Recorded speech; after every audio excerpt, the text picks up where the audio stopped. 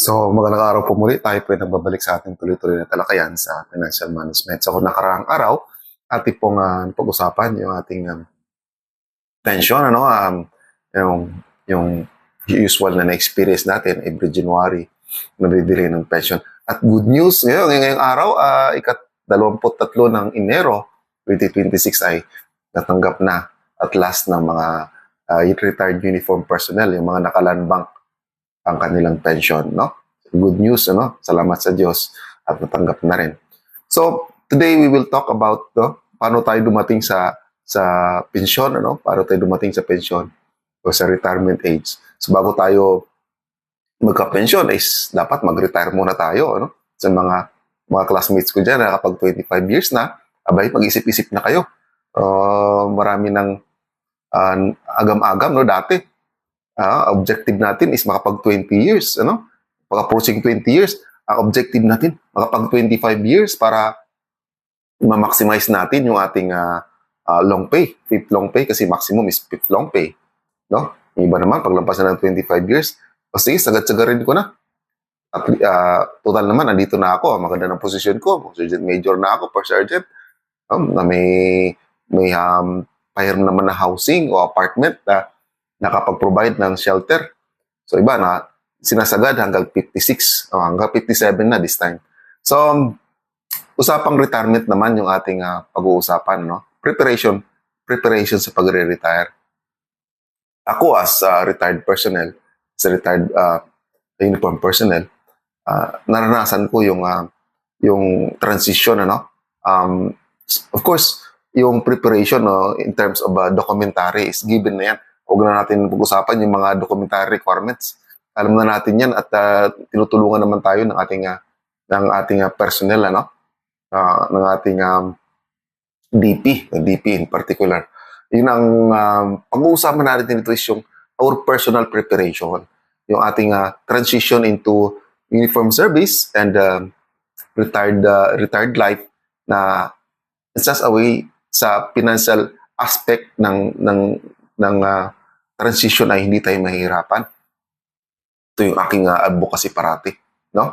So, may mga step by step na dapat nating i-consider na dapat natin na ginagawa, no, habang tayo nagpe-prepare ng retirement. So, kaya ba dapat nagpe-prepare ng retirement? So, at this very moment, no, saan man tayo sa mga aspeto ng ating buhay as a uniform personnel, kahit airman pa lang tayo, private or patrolman, no, pinaghahandaan na natin dapat yan.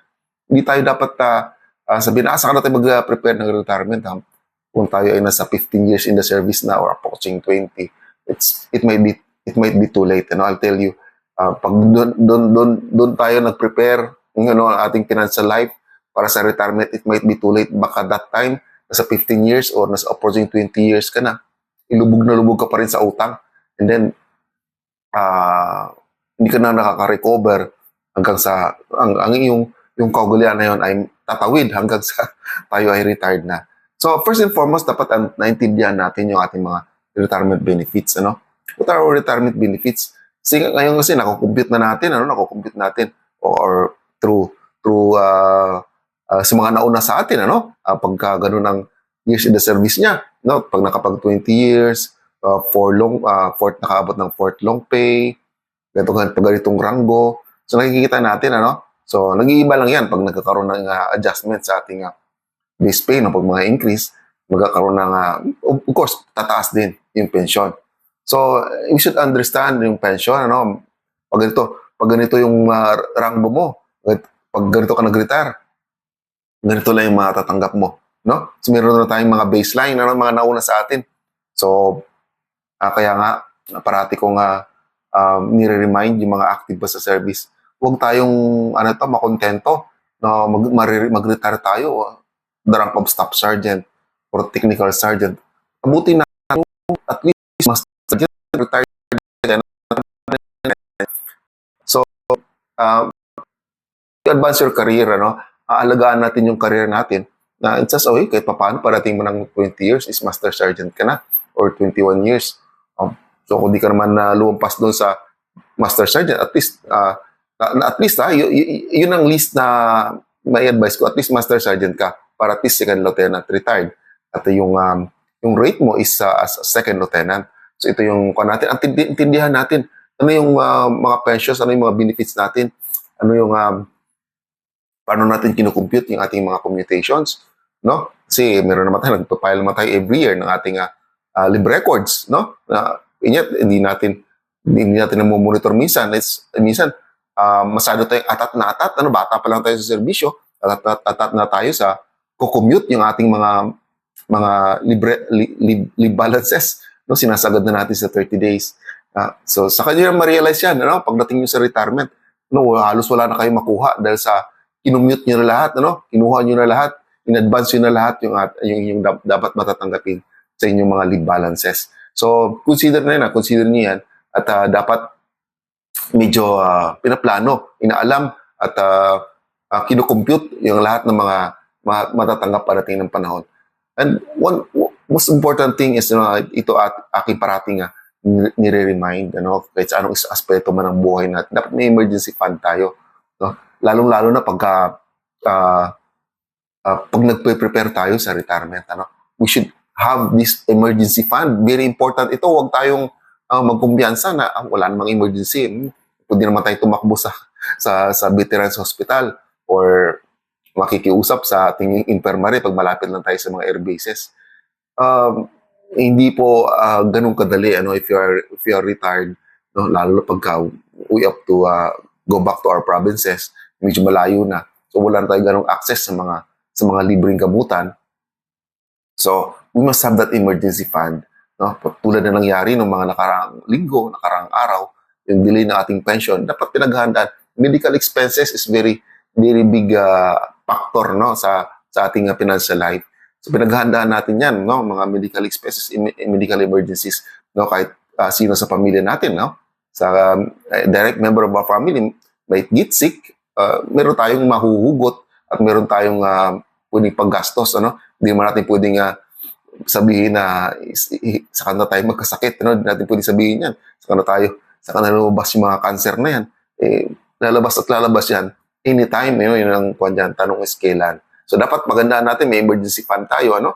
And then as we transition, ano, pagka nag-lump sum tayo, 3 years is a very long period of time, I'll tell you. Pag hindi natin na-manage yung tatanggap natin na retirement fund, baka aabot lang ng mga 6 months o isang taon. Pero after 1 year or in our second year, wala na tayong pera.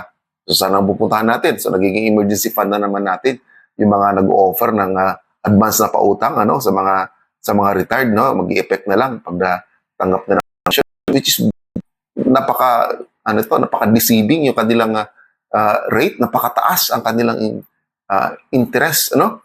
No? Huwag natin patulan yan. Diyos ko po, kaya pag mayroon tayong emergency fund na build up, ano, for quite long time, kaya sinasabi natin 3 to 6 months of our living expenses yung ating emergency fund. That's basic. That's basic emergency fund. Kung pwede man natin ma-extend ng hanggang 2 taon o 3 taon, why not, di ba? O kung meron tayong ganun, meron tayong nakatabi dyan, no, na malaki, ano, but no, wag naman nating i-build up. Pwede natin lagay natin to sa ating investment. So wag naman natin merong limit, ano, kuan lang, ano, pakuan lang sa inyo. No? So dapat na emergency pa natin. Baka mamaya doon na natin binuhos lahat yung ating mga ipon at mga savings, ano, sa ating emergency fund. So practically 12 months of living expenses would be maximum na, no? So iba naman, lagay na natin sa investments, savings and investments para tumutubo, ano, para kahit pa paano. Yun naman, pag nalagay naman natin sa mga capital contribution, pwede naman natin consider as emergency fund. At the same time, no, pag walang emergency na pangangailangan, tuloy-tuloy na tumutubo, nagbibigay pa rin ng income para sa atin, ano? So isa rito sa dapat nating i-eliminate. I-should eliminate yung mga high interest debt, ano? Ang mga utang natin dapat dinadahan-dahan na nating tinatanggal sa ating system, ano? Every month dapat tinitingnan natin yung payslip natin. Huwag lang tingnan ang payslip natin kung may mauutang pa ba ako dito. Ang tingnan natin, paano ba natin mababawasan yung mga utang? Paano ba natin to mai-eliminate, ano? In such a way na pagdating natin sa nasa 5 years or 10 years before our retirement, wala na tayong utang. So ito yung ginagawa natin yan, kapalit ng mga deductions na yan, dapat naging automatic deductions na sa ating savings and investment, no? Sa ating mga capital contributions, share capitals, dapat doon na pupunta yung mga deductions natin, hindi nasa doon sa baba, ano, sa mga liabilities na pagbabayad ng loan, ano? Credit cards, ano, dapat wala na, hindi na tayo gaano pumapatol sa mga credit cards, ano? Personal loans, ano? High interest loans as a sasakyan, ano? Ito yung weakness, ito yung mga weakness ng uniform personnel, yung sasakyan, ano? We should think twice bago tayo bumili ng lalo-lalo ng mga brand new, ano? Masaya, ano, masarap na may bagong sasakyan, but still isa ito sa kumakain ng ating income. So dapat dahan-dahan nating eliminate yung mga high interest na utang, ano. Kung may mga utang naman ay nagbibigay ng income sa atin, ano, kung inutang naman natin, inilagak natin sa negosyo, why not, ano? Pero pagka consumption loans, ano, para lang i-travel, i-bakasyon, or ibili ng sasakyan just for personal use, dapat hindi na natin. We should think twice bago pumatol sa mga ganun na mga bagay ng pangungutang, no? So, ito rin time na ito habang nagpe-prepare tayo ng retirement natin. So dapat meron na tayong mga additional source of income. So ito yung dapat nagkakaroon na tayo ng ano bang alternate, ano? Ano ba ang magiging kapalit ng sahod ko sa uniform service na magbibigay pa rin sa akin ng aking kabuhayan buwan-buwan. So, huwag kaagad tayo, aasan na lang, no? Huwag natin asahan lang yung pension, no? Kasi lalo na pagka nag-lump sum tayo, it takes 36 months or 3 years bago natin matanggap yun. So, habang nagpe-prepare tayo ng ating retirement, binibuild up rin na dapat natin yung ating sarili, ano? Kung may mga negosyo tayo, umpisan na natin. Bigyan na natin ng tuon, ano? Bigyan na natin ng time ng negosyo na ito para pag nag-retire tayo is up and running na siya. No, hindi na tayo mag-uumpisa sa zero, no? Pag-retire natin, saka natin umpisahan, baka bumalpak at sumama lahat yung mga retirement benefits natin doon sa ating pinuhunan, ano? Build up your skills, ano? Kumuha na kayo ng mga certification, ano? Kung purely security lang ang skills natin, kumuha na tayo ng mga certifications as security officers, ano? Or related sa training, ano? Or related sa safety. Ito yung mga related sa natin, ano? Kung mga technical diyan, mga technical may mga technical na mga skills, ano? Mga aircraft mechanics or aircraft technicians, no? So nagbi-build up na tayo, kumukuha na tayo ng mga certifications, ano? Meron tayong mga additional trainings aside sa mga trainings natin sa military, kumuha na tayo ng mga trainings sa labas, no? Para ma-upgrade yung ating mga skills, ano? Kung gusto niyo pumunta ng abroad at magtrabaho ng abroad, meron tayong mai-present na certificate, no? So dito sa abroad, hindi lang sabi mo, magaling ako na ganito ganyan, hanapan tayo ng papel, ano? Small business, rental income, ano? At itong walang kamatayan na dividend paying investments, ano? Ito yung parati kong ina-advocate, ano? Ito yung walang kahirap-hirap na investments, ano? Na tayo lamang as uniform personnel yung makaka-avail, ano? Although kasama naman yung direct dependence natin, but as associate. Pero ngayon, nililimit nila yung kanilang pwedeng mailagat doon. Pero tayo as uniform personnel, meron pa nga privileges, ano? Dahan-dahan binababaan yung mga pwedeng nating i-deposit sa kanila. And yet, habang meron pa, we should grab the opportunity, no? Invest wisely. Dapat alam natin kung saan natin nilalagay yung ating mga pera.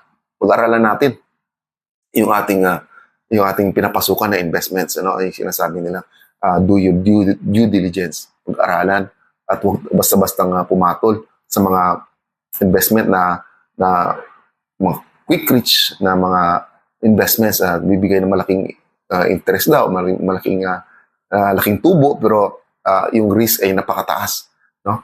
Pagka hindi tayo sigurado, huwag tayo pumasok. Pero yun naman ang pan dyan. Yun naman ang key dyan, no? Pag hindi tayo sigurado at doubtful tayo, huwag tayong pumasok, ano? Then, we should plan our healthcare. Ito yung sinasabi natin na napakalaking factor ng ating financial stability, ano, yung ating kalusugan, ano? So, kasi pag nag-retire tayo, we're thinking na we will just relax, no? Wala na tayong mga morning road run, wala na tayong mga PFT na required na magpuan ng ganito, ganyan. Ma-realize natin na kaya pala tayo ay nag-PFT o kaya tayo nag-road run para mapanatili yung ating kalusugan. So, pag nag-retire tayo, wala na magpipilit sa atin, wala na magbibigay sa atin ng BR o wala na magbibigay sa atin ng ng sanction pag di tayo umattend. Tayo na ang mag-decide, mag-exercise ba ako, maglalakad ba ako, magda-diet ba ako, kakain ba ako ng healthy na pagkain. So tayo na magdi-decide yan. At sa itong time na ito is dapat pinaghahandaan natin ano magagawin ko na to keep myself healthy, para ma-enjoy ko pa ng mahabang panahon. Yung pension ko, maabot pa ako ng 100 years, bawing-bawi na tayo yun pag umabot ng 100 years. Bawi na tayo sa gobyerno, So paggandaan natin yung ito, that's why I always remind, mayroon naman tayong pwedeng aside sa emergency fund, kung pwede naman nating bigyan din ng budget yung mga insurances, medical insurance. Bigyan natin kasi napakalaking bagay na meron tayong safety net, wag natin umasa sa PhilHealth, meron po ang PhilHealth. Let's say we should set aside something para sa ating healthcare, sa ating medical needs, aside sa magpapanatili ng malusog pangangatawan, ay meron dapat pondo, na naka-prepare para sa emergencies aside sa emergency fund. So merong insurance or medical contingency fund. So dapat merong separate, aside sa emergency fund, merong pang medical emergencies na nakaset aside, pwede naman natin ilagay ito sa savings and investment natin, pero at least kahit paano alam natin kasi yung 100,000 na yan ay para yan sa medical emergency, aside sa ibang emergency fund, so nahati-hati ba kumbaga. So ito yung isang bagay na consider natin. We should prepare ourselves into civilian life, akala natin madali lang bumalik sa civilian life. Madali lang naman. Madali lang naman, pero kasi galing naman tayo doon. But magbabago yung ating routine, So we'll go back to our families, na minsan bihira na tayo nag-spend ng time because of our work, lalo na pagka tawid dagat yung ating mga pamilya, yung routine hindi na natin na magbabago. So iba dyan, naiinis yung mga misis kasi yung mga mister parang aligaga, hindi mapakali kasi gusto may ginagawa parati, gito ganyan. Kasi hanap-hanapin, you spent 20 years, 25 years, 30 years of your life, doing those routine, then all of a sudden, hindi mo na magagawa yun kasi wala ka na doon sa posisyon na yun, adyan na yan, o wala na yung we will reduce our authority. So dati may hawak-hawak tayong mga tao, if you're holding a position, if you're a first sergeant, sergeant major, or if you're an officer, marami kang tao, marami kang mauutusan. So lahat na lang pwede mong i-delegate, But this time, pag umuwi na tayo sa ating mga pamilya, mawawala na yun. So the authority will be reduced, So hindi mo na pwedeng i-bull out yung misis mo o yung mga anak mo. Baka umya sasagutin ka. Sasagutin pa. Yung mga kabataan ngayon. Sasagutin pa tayo. So we will have this adjustment. We will adjust. We must adjust sa bagong pagbabalik ng role natin as a father, not as uniform personnel. So yung identity shift natin. We prepare ourselves sa skills na pwede nating maibalik ulit sa civilian life. So meron naman tayo. Ito naman is minsan doing volunteer works,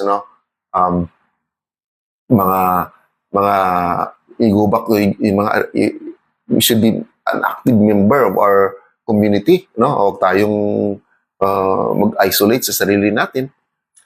So, maging active tayo, mga volunteer works, napakalaking bagay is to keep ourselves busy, and then we should develop yung mga networks that would help us, will help us in our transition in civilian life, and then be a member of the society. So, nagagawa na nating audit na, and then should create a budget, ito yung time na mawawala na yung mga privileges, yung privileges ng housing, yung privileges ng pag umuwi tayo nakasakay tayo ng C-130, nakakalibre tayo ng transportation, kasi may mga pinoprovide ng mga logistics and mga privileges, they're just privileges. Yung bahay, yung ganyan, yung medical needs, pagdating sa retirement, mawawala yung mga privileges. So, ito yung dapat natin na pagtuunan. We should know how to budget. We should know how to adjust yung lifestyle na nakasanayan natin, na tayo ay tumatanggap pa ng buwanan na sahod, So, saka may mga bonuses, na bonuses in between, na laking tulong para sa atin. So, pagdating ng retirement, mawawala na mga yan. So, dapat i-adjust natin. Should stick to the budget. Ito yung napaka-importante sa financial management. Yung budget ay hindi dapat nawawala. So, dapat nililista. Huwag nyo natin lista sa tubig. Lista talaga natin. At pag-usapan yung mag-asawa. Kung may asawa pa kayo. Pag-usapan ninyo. Isama ninyo yung mga anak ninyo sa usapin ng pagbabudget. Para sila maging conscious din sa paggagastos. Adjust sa transition ng from being active to alamin natin kung yung mga expenses ba natin ay essentials or they just wants lang. So dapat na-identify at na-distinguish natin in between pag planuhin natin yung mga estate natin sa natin kasi as we retire, ano ba expected natin? Edad natin is around 50s. Kami, nag-retire kami. So we're early 40s pa lang, but we're approaching 50s now. So karamihan ng mga nagre-retire is nasa 50s na. Pag sinagad natin, nasa 57 tayo, approaching to our second citizenship, which is a senior citizen. So, dapat plano natin, wag natin sabihin, baka natin pag-usapan yung mga kwan na yan, mga mana-mana na yan, mga kabuhayan na pwedeng maiwan sa mga maiwan. This is a reality of life, retirement, ang kasunod ng retirement ay enjoyment, and then enjoyment after that is interment. So ito yung dapat pinaghahandaan natin. Huwag tayong kimi-kimi pa na mag-usapan yan kasi tagal pa yan. Walang matagal na ngayon. Yung marami na kaming mga kasabayan, contemporaries, even younger than us. Gone ahead of us. So, paglaanan natin, pag-usapan natin, ano ba yung mga pwede nating, para at least, yung next generation, ay hindi rin nila maiwaldas, hindi rin nila sa tingin nila alagaan nila in such a way na ang next generation will continue to value yung ating pinaghirapan. Yun naman ang point ko dun sa estate planning. So, pagplanuhin natin 10 years, 15 years, ano yung timeline natin dyan? Skill development, before retirement to, ibig sabihin, 10 to 15 years is we should develop ano ba yung mga kwan natin. We should ingatan rin natin na di kagad tayo nag-inflate ng ating lifestyle. So, in 5 years before retirement, ito medyo paspasan na ito, malinaw na sa atin yung mga benefits na natatanggap natin. Dapat wala na yung mga utang, 5 years, kaya ba natin yan? 5 years, dapat wala na mga utang. Naka-build up na tayo ng emergency fund. At kakaroon tayo ng options. Ano ba ng after 5 years from now, pag nag-retire ako, ano ba yung gagawin ko after retirement? So, dapat meron na tayong mga options na ganun. At dapat meron na talaga. At meron na tayong mga kapalit ng ating kabuhayan, ano? Other source of income na pwedeng pagpalit sa ating active service, ano? So, 1 year before retirement, so ito na, nakikita na natin, dapat na-require natin, alam ko na yung aking gagawin, ano? Of course, documentary requirements natin dapat nakuha na natin, na clear out na natin, no? Dapat may order na tayo, ano? So, mga investments natin, kuha na siya, up and running na, nag-earn na siya ng income. So, ito sana ang ating pagandaan, ano? So, sana po may natutunan kayo at may nakabigay ako ng kunting lessons para sa inyo. So, maraming pong salamat at God bless us all.